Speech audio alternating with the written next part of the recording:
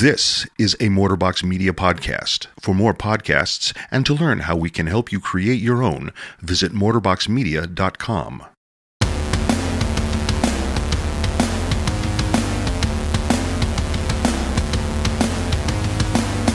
Hello, and welcome to Women AF, the podcast hosted by three friends who are trying to figure this out.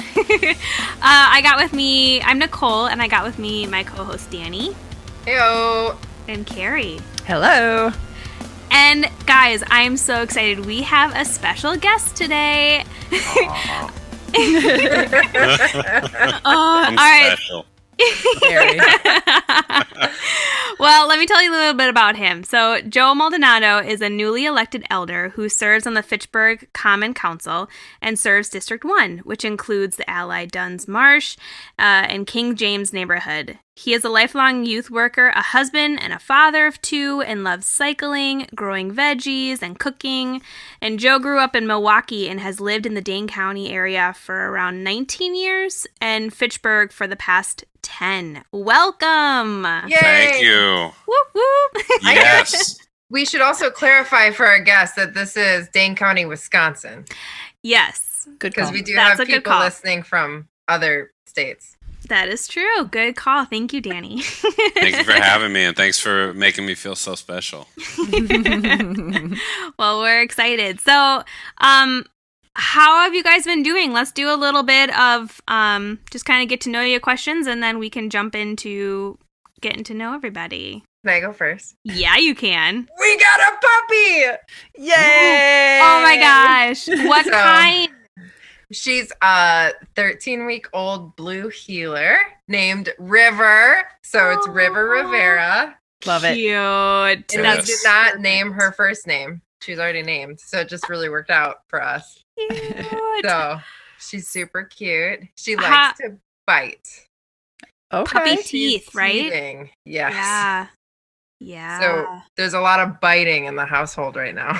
Ah, delicious. Mhm. How's Yes. she adapting to her new home? She's doing well. The kids, on the other hand, are psychotic would be the word I would use. Yeah. Like excited, psychotic? Yes, like the idea that we have a dog now, like I don't think they're fully used to it. So it's like it's gotten to the point where we've had to like put her in her kennel with the door closed so she can get a break from the kids. Oh, yeah. I get that. Yeah. Yeah. Yeah. And just last Sunday, which is like our first full weekend with kids plus puppy, which it just so happened that he golfs one time a year. It just happened to be this Sunday, and it just happened to be 18 rounds of golf. So I was home with the kids for like 6 hours by myself, which is fine, except it was also the first weekend with new puppy. And I didn't realize it was 18 rounds of golf. I thought it was like a shorter thing. Oh no. So I didn't plan for like the whole day basically, and so within the course of 2 hours I got head-butted in the windpipe. I got hit in the face with a book, and then my 2-year-old got his head stuck in the stairwell banister. Oh no. and no. I had to get the puppy to and both my kids and the dog peed in the house, so Wow. it was an adventurous Sunday. Well, if you can make it through all that, then you're golden from here on out, right? Yeah. Yeah. It's Nice. good. It's like your dog hazing process. Yeah, we got through the Yeah. hazing process, and now I'm like part of the, I don't know, what are they called? Sororities, fraternities? Yeah. Yeah. Yes. Puppy, Club. puppy, puppy, club. cat puppy. Yeah. I like it. Nice. Whew. So that's me. Yeah, that's a lot. Oh, what about you, Carrie? I would like to give a shout out to my mom this week, who probably isn't listening, but who knows? But she has come over every day this week and a couple days last week during virtual schooling hours to Oh, yeah. help out. That's big. It has That's been awesome. beautiful and amazing. Yeah. And she was a teacher, so she kind of gets what's up, right? So Yeah. she's got the patience and she knows how to do this. And she also kind of validates like my crazy take on it. And she's like, this is you're right. This is seriously nuts. Seriously nuts. So I know that if she sees that it's nuts, I'm okay. Like, it is nuts. Yeah. And it's just been really, really nice having her here. Like, when they're on breaks, she'll like empty the dishwasher and dust and stuff. Nice. It's been amazing. She's out of town all next week, but I will just try to like channel her and her like beautiful calmness and just get through it. Yay, Carrie's mom. Yeah. Oh, Yeah. I love moms. That's awesome. Right. Yeah. That's great. All right. What about you, Joe? Tell us a little bit about what's been happening this last couple of weeks. Well, it's about a month ago, but my daughter started in-person school. She's in K4. So they got them all. Too. Yeah, they're socially distanced with the masks on and everything like that. Yep. I've definitely had a blast, but I'm glad to be able to have a house without a toddler. My daughter's 4, and one of the highlights of her being here was as she slowly learned how to potty train. She would come out the bathroom and like fully just bend over to make sure that her bottom was fully wiped. So Yep. I could be in the middle of a Zoom call and all of a sudden just full eagle spread right in front of me. Dad, did I wipe my butt okay? And like, yeah, you got it. Good job. Thanks for checking, though. Keeping it real. That's right. Oh, that is hilarious. Yeah. That's totally. Oh. So I got a Serious 9th phone grader. calls. He's starting virtual learning in high school too. So he's in the bedroom, just in his shorts, and that's it. Listening in on a Zoom call. Like, hey, you're not gonna get dressed, bud? Okay, that's fine. Nice. Oh, so that's a big difference. 4 and 9th grade. 14. Yeah. Yeah. Man, Yes. that's fun. He's my height too, so I got about a wow. year left Oh, of bullying him boy. before he can take me over. Nice. That's awesome. Nicole, what about you? So my kid is also in 4K. We're doing the virtual right now. But my story has to do with so she went in for her school pictures, which was really fun and exciting. She got all dolled up. She wore Mickey Mouse ears and her purse. And she was like all fancy. She had her nail polish. Her every nail was a different color. And like she was it was just a whole thing. And we got to the school picture site and everyone was wearing a mask and it was great. And we walked in and I'm on the other hand. So in contrast, she's this adorable little 4-year-old who's like gorgeous. And I just got done with a run. I have no makeup. Like I am completely crazy. And all of these people that are like welcoming us and guiding us to where the pictures are like, oh, honey, you're so sweet. And then they look at me like, oh. Like it's That's where finally the mask comes in handy, though. right, yeah. Kind of hide your identity. Yeah. And at least like she looked cute, so I'm not just kind of walking around without like I feel like they can look at her then and be like, "Oh, she's so cute," and ignore me. Yeah.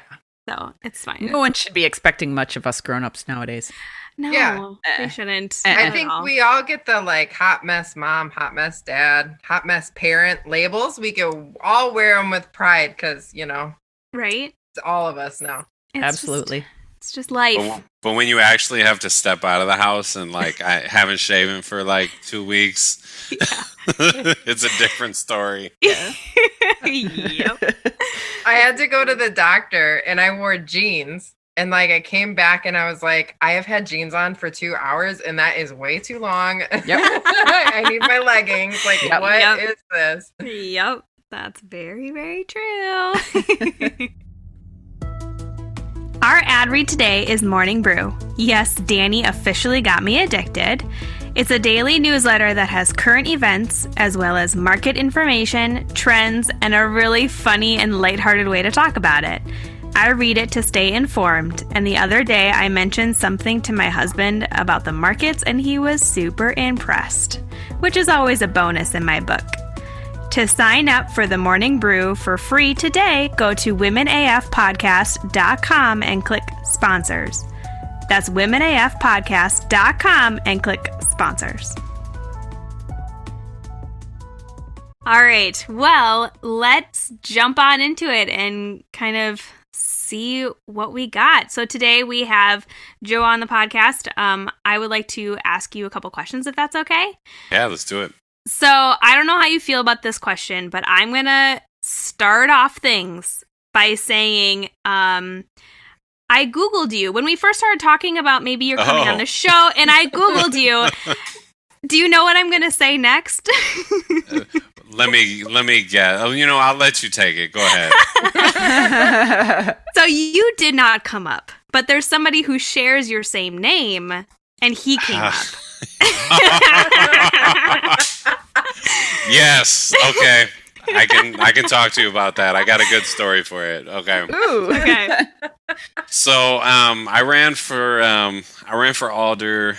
Started my campaign in January. Elections were in April, and around March-ish is when you're supposed to order your yard signs. So I just sort of looked at what are the streets that people drive down so that I could have a really visible yard sign. And I went up to this sort of busy street. I had met the guy before when I was handing out stuff. And I was like, hey, can I put a sign in your lawn? He's like, yeah, cool. So I ended up coming back for it after the election. And right along the little crest where it says my last name, somebody scratched it out and wrote exotic from Joe. That's like prime Tiger King time. Oh, yeah. March, right? Yeah, we were in the midst of it, man. Oh, and so another thing is somebody ended up putting out this ad for me without even telling me. It was like some organization. I tried to look it up. I didn't know where they came from. And they did the Facebook ads where they boost it and it gets to thousands of people. Oh my gosh. So I look in the comments and every single comment is oh, I'm voting for Tiger King. Who killed Carol Baskin's husband? Oh my gosh, that's hilarious. Yeah. I'm sure it earned me some votes. Yeah. Probably. Right. Well, I didn't know that was his real name. So Joe Exotic's real name is the same as yours, apparently. And so when I Googled it, I just saw Joe Exotic. And I'm like, what the? This isn't him. I was so confused why Google would match the two up. Yeah, So and I had the same experience, and then Adam also had the same experience. See. It's fantastic. Throws you off for a minute. Yeah. It does, yeah. And my yard signs look just like Joe Biden's yard signs. I didn't know that he was gonna do the E with the little lines that he did, and Oh man, I'm just glad I didn't run now because people would have been confused. Yeah. Oh, nice. Well, okay, so let's jump into it. That was fun. Thank you. So after 19 years in the community, what drove you to jump into politics? What made you kind of hop into it and put your name in? Yeah, so I was one of them little kids that's extroverted and always talking to people. My daughter's the same. She's been trying to hop in and talk to you guys since we started this. Cute. So I grew up in Milwaukee, came to Madison for college, and I've just always liked connecting people. That's sort of my thing. I like to see, when I talk to somebody, I like to see what they're about, what makes them so cool. And then I also like to think about hey, who would it be good for you to talk to, or what resource would it be good for you to be a part of? And for the longest, people have been saying oh, you need to run for office. But the city that we live in, for anybody listening, it's a suburb outside of Madison. There's always, for the size of this city, there's always been really contentious politics. I mean, they'll fight over whether you put sidewalks on the street or any sort of issue. So I always sort of stayed away from it because I didn't necessarily want to be in that fight. But I realized kind of the power that your local elected officials actually have. I mean, they literally do everything from your trash pickup to the taxes that you pay to that new business that comes into your community, whether you're going to have homes or apartments in your community. Like the city council decides all of that. And I've been living in the neighborhood about 10 years and realized that there's a lot of things I wanted to see in my community that weren't there, and that I actually like have the power to make something happen. So I had another alder that reached out to me. She was like, "Hey, the person that's alder is not running anymore. Why don't you do it?" And I got my stuff together, decided to run. I must be crazy. 4 months later, I won, and here I am. All right, so can you tell me a little bit about what does that mean to be an alder? Yeah. So, your city is like its own sort of small form of government. Usually you have somebody at the top that runs it. That's a mayor. Mayor's like the executive of that city. And then you have a city council who represents their neighborhood, but also makes decisions for the city. So the city we live in, it's got a city council of 8. It's got 4 districts, so each of those districts has 2 alders, and we handle all the business of the city. Anytime the city is going to spend some money on something, change the name of a street, make the budget for the next year, decide some sort of big apartment complex that's going to go in the neighborhood, anything like that, where you vote, all of that is decided by the city council. We meet regularly every couple of weeks. Yeah. We have knockdown, drag out arguments, and then we hear from the public, based on kind of what they think is a priority. Yeah. And then in between that, it's a lot of community engagement. So, if somebody has an issue with something in their neighborhood, they call me like, "Oh, my trash didn't get picked up. City's not answering the phone call." I get in touch with the city. I try to help them out with that. If somebody says, "Oh, crime is, going up in this neighborhood," I might have a conversation with the police, about what they're doing in that area. And we can get into it later, but if there's like a need for certain programs or resources in a community, I'll also be the one to push to make sure that those resources get there. Oh, very cool. That's awesome. So you've been elected since April. So what kind of stuff have you been able to do, or what's the the best thing you've been able to do or you're most proud about recently?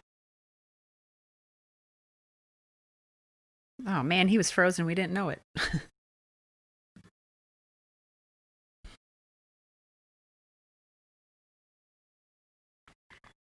Shoot, guys.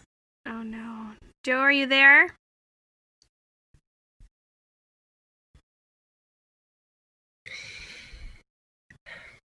He might, I guess, drop off and drop back in. Yeah. Is that going to be okay? I'm actually Danny's alder. Whoa. Oh. What? There we go. Hello. Sorry, you froze again. Okay, can you guys hear me now? Yeah. Yeah. Okay, beautiful. Did you hear me yelling at my daughter? No. No. Okay. So you're gonna hear little yells every now and then, and I'm sure you're all used to that. So Yep. That's Yep. fine.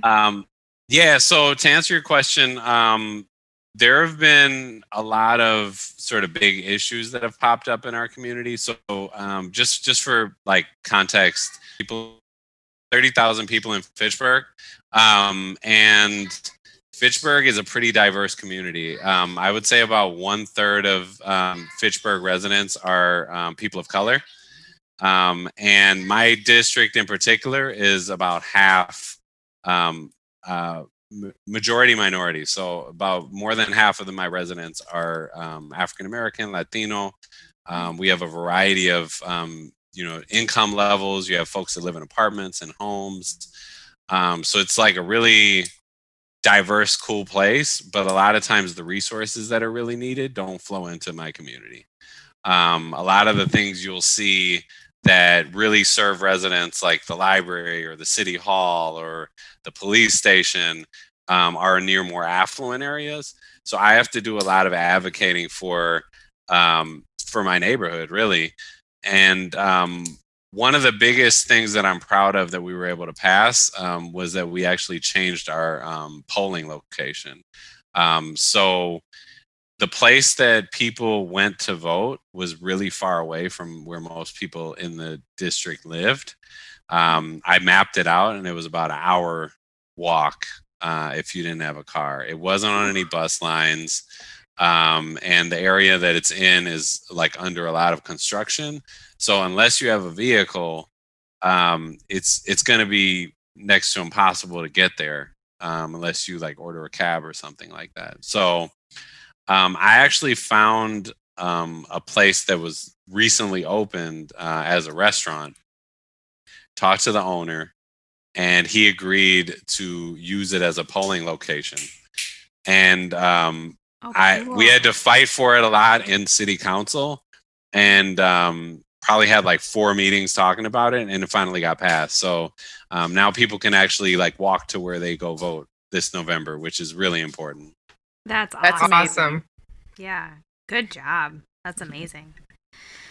What's your daughter's name? This is Naya. Naya, can you say Naya.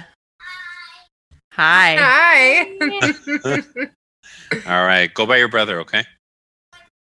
He's upstairs. Yep. Go get him. He's in his room. Go get him. Day in the life. Yep. That's true. Yeah. So the other thing that I'm working on is that one of the neighborhoods in our community in my district does not have a space for youth to congregate in. And I'm working on trying to get one of the empty buildings that, unfortunately was abandoned due to COVID to turn it into a teen center. So cool. we had a capital plan, which is sort of our long-term plan for like what's going to happen in the community for the next decade. And I fought to get a teen center in that place. So hopefully within the next couple of years, we'll have a place for teens in our community to go to. That's awesome. Yeah. Yeah, That's very great. cool. Wow. So what kind of obstacles have you faced during your election in order to become an alderman? I said that wrong. That time I heard it. I heard me say that wrong. I got gray hair, so I can be an elder, but there you go. So running for office is like super grueling. I mean, you have to raise money because you have to like pay for a lot of different things like literature to go out in the mail, yard signs, advertisements. So I had to basically find every single person that I've ever met in life and call them and ask them for money. And doing that it's an acquired skill, and a lot of people don't like doing it. But I sort of got over any hesitations that I had and said, like, this is the reason why it's important to, be able to get somebody that represents the community in office, and people bought it. So, I got a lot of like awesome people contributing to me, from my life. And the other part is, knocking on doors. So, they give you a big mailing list, of people who have voted or who are registered to vote. I took that list and I just, from February until about COVID, just knocked on doors and talked to people. And, some people are wondering like, who the heck are you? And why are you knocking at my door in like 20-degree weather? And then a lot of people were actually really excited to, to hear from me. And then the last part is, once a pandemic hit, we just had to switch everything up, and I had to start making phone calls. So I was here in my living room with this crazy little girl next to me. Why it's important to get 67% of the vote. And the thing I'm most proud of is that, a lot of people in our apartments a lot of people in my district live in apartments, and people move a lot. So you get a lot of like low voter turnout because of that. And I got a lot of folks to show up that don't normally vote in. Ah. That's awesome. That is awesome. Yeah. Yeah, good job. So when you talk about like low voter turnout because of, apartments and people moving and stuff, which totally makes sense to me. What do you feel like it was about this time that you got people to vote when they wouldn't normally vote? Yeah. So I use social media a lot. I actually had a former student of mine that I worked with, when he was in high school, who's like now a video producer, and he actually offered to make me a free commercial. So I posted up in front of this like abandoned mini mall area, and he filmed me. He made this awesome video for me, and I ended up boosting it through Facebook, and it ended up getting like a ton of views because of that. So a lot of folks who may not normally be reached through the means that folks usually reach voters is, they're going to see me on Facebook and on Instagram. I think the fact that, again, that we've got a really diverse district allowed folks to see somebody who maybe reflected their experience and said like, hey, this person maybe has like similar interests to me and wants to see me and my family win. Like I'm going to go out and, actually talk and try to, be engaged, be involved. And then the other thing I think is that even though our city is so diverse, I think traditionally our city council has not necessarily made the effort to include those voices in the decision-making process. So that's really what I'm trying to do, is I'm trying to make sure that when we're having these city council meetings and we're talking about issues that affect your life, that you include the people whose lives are going to be most affected by the decisions that you make. That's awesome. That's really cool. So I guess to jump off of that, how important is it to vote for that smaller local elections in your opinion? Yeah, it's super important. So, like I said earlier, there's all these things that cities make decisions on that affect your day-to-day lives. If a city wants a business to come to town, they can make tax incentives for that business to come there. If the city is thinking about how people get from point A to point B, that city decides how much money they're going to put into buses, how much money they're going to put into roads, how much they're going to put into sidewalks.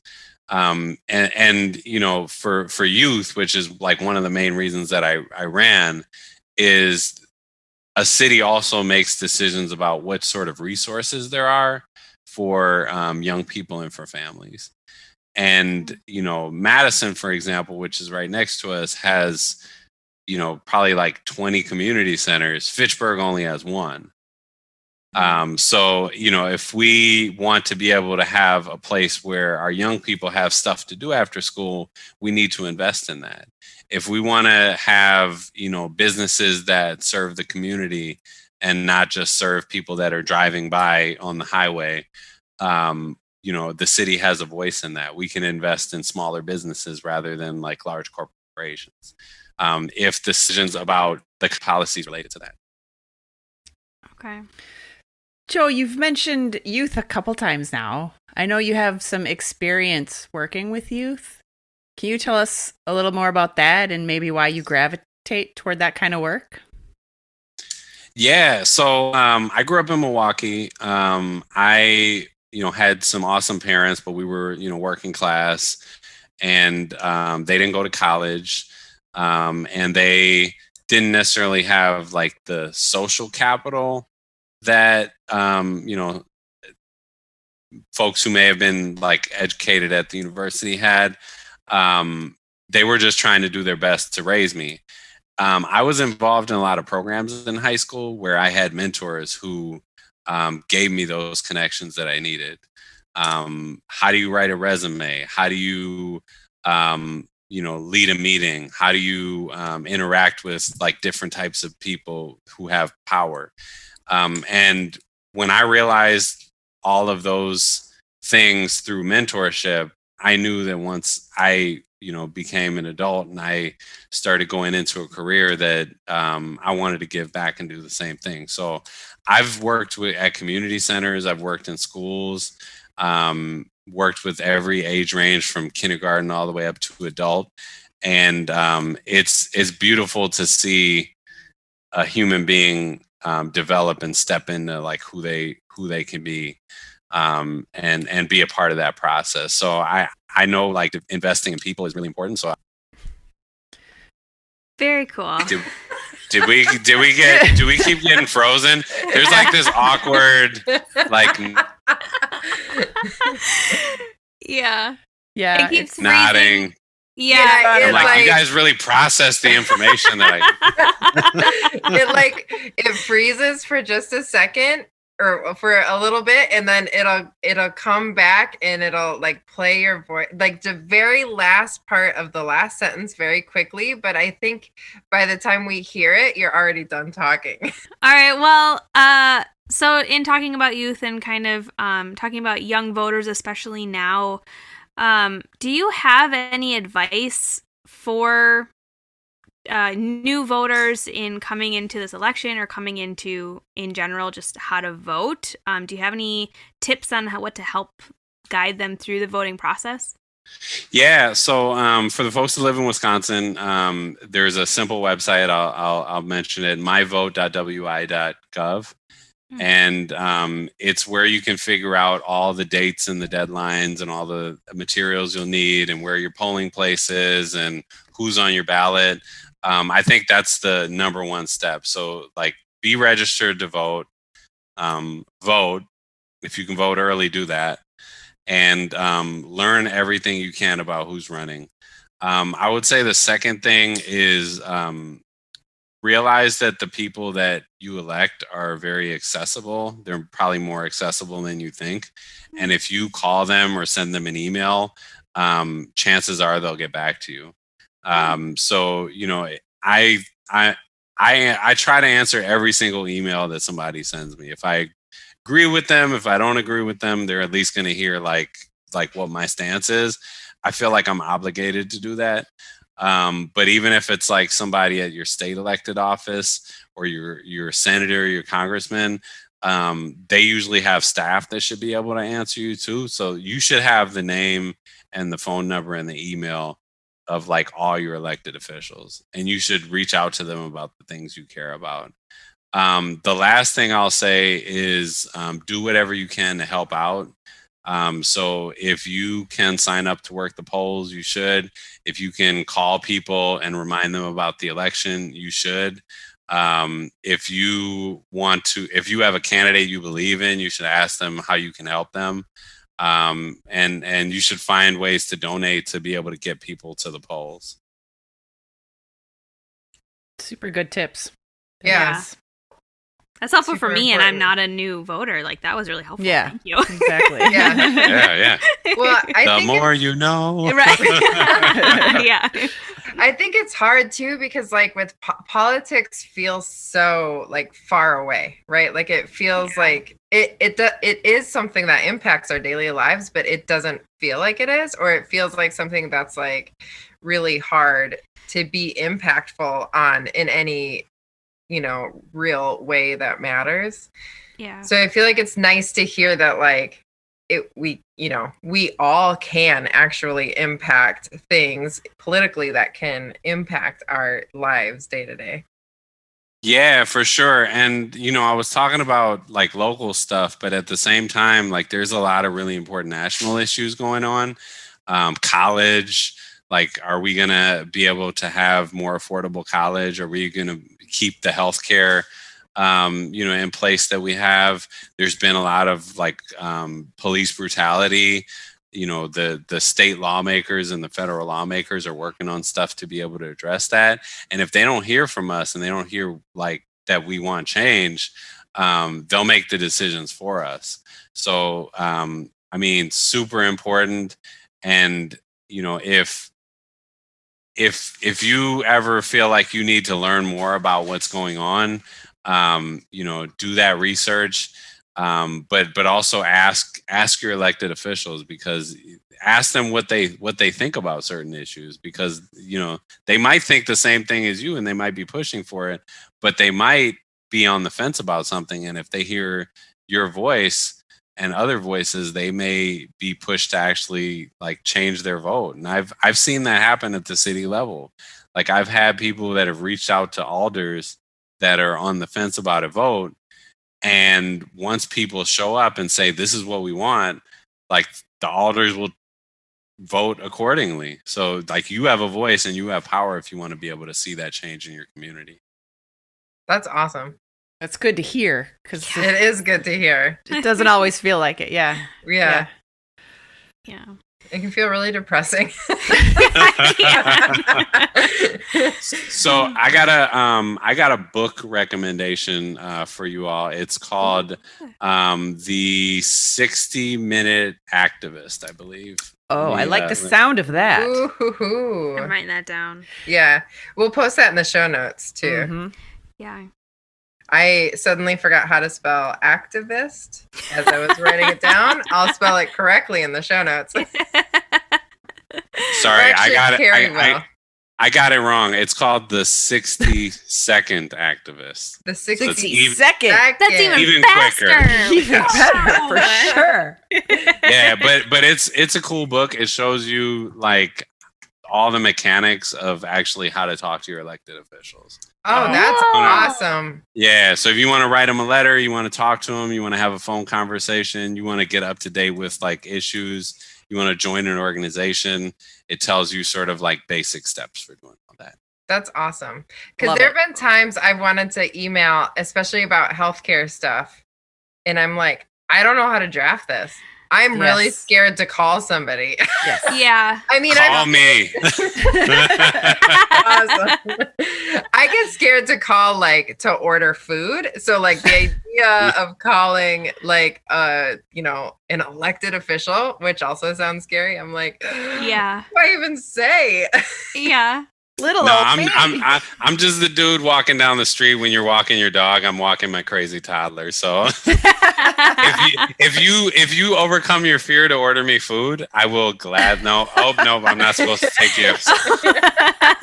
If you want to break bread, let's do it. Nice. that. That's awesome. That's fantastic. All right. Well, I think that probably wraps us up, unless do you guys have any other last minute questions before we wrap things up? I Are we good? do not. So for the people that are in your district, how do people get in contact with you? That's a good You- question. Can you provide that, or is that okay? to Yeah, provide? Okay. yeah, absolutely. So if you go on the City of Fitchburg website and you look for the City Council, all my contact info will be there, and you can reach out to me, you know, at any time. Okay. Awesome. Well, we really appreciate you coming on the podcast and getting your perspective of what it's like to be in your shoes. I think that's really fascinating. I had a blast. Thank you all. Yeah, thank you so much. This was exciting. All right, good luck with your puppy, Danny. Thank you. Hopefully She no needs one it. gets their head stuck in a banister. Well, Awesome. that's true. That's true. All right. Well, if you want to know more, you can find us at facebook.com/womenaf podcast. You can, we also have Instagram, Twitter, at womenaf podcast. We also have Gmail at womenafpodcast@gmail.com. We have a Patreon page. We just have it all, man. So check us out. We also like to talk to people too. So if you want to talk to us, we can't do the changes that Joe can, but you can talk to us because that's fun. I don't But know. we have a connection now, so we'll Right. talk to Joe. Yes. We'll pass it on. Yes. Yes, Definitely. You know people in semi-medium places. Yeah. So I just wanted to talk a little bit. We, like everybody knows, technical difficulties happen, and in this show, we're just kind of working through them. So we have an amazing guest on the show today. We wanted to talk a little bit about what we learned from this show. So what do you guys think? How did you like it? Did you like it? I thought this was an amazing conversation, and I really learned a lot from Joe.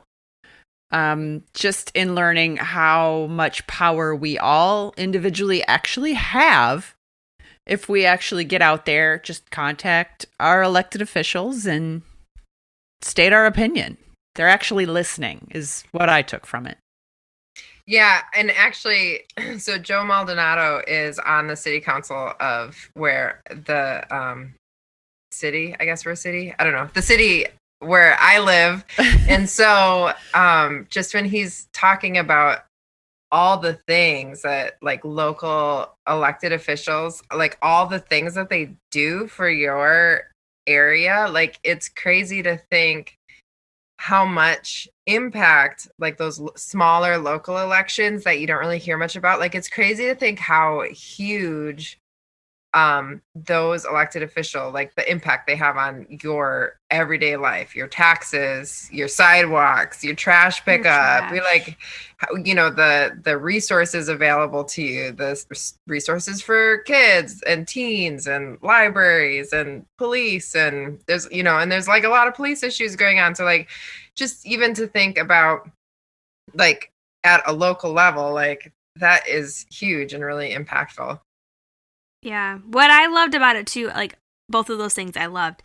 What I also loved is it felt humanizing for a public official. Like when you hear about, you know, somebody who was elected and who has, you know, a spot in the office, they seem like they're far away and they're like a whole different person. When just chatting with him and talking about his life and talking about what he actually cares about, like he feels like a real person that will connect and do what is good. So I just love that idea of these elected officials are humans too. And they have lives and they have opinions and they have, you know, day-to-day things that are happening that they are trying to better the community.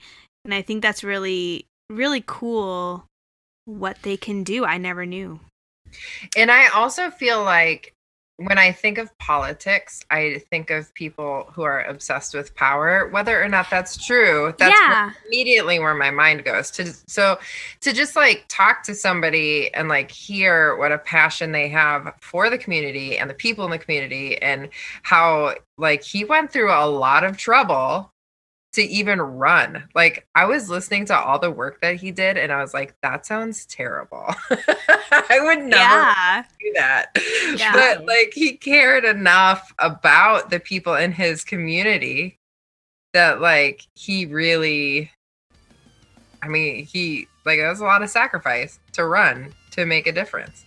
And that really shone through with him and just how connected to the community he is. Like he really talks to the people in his community. He answers everyone's emails. He's involved with youth. He's, you know, he really enjoys people and wants their voice to be heard. All right. Well, sorry again about the technical difficulties. We're Women AF, and we know you are too.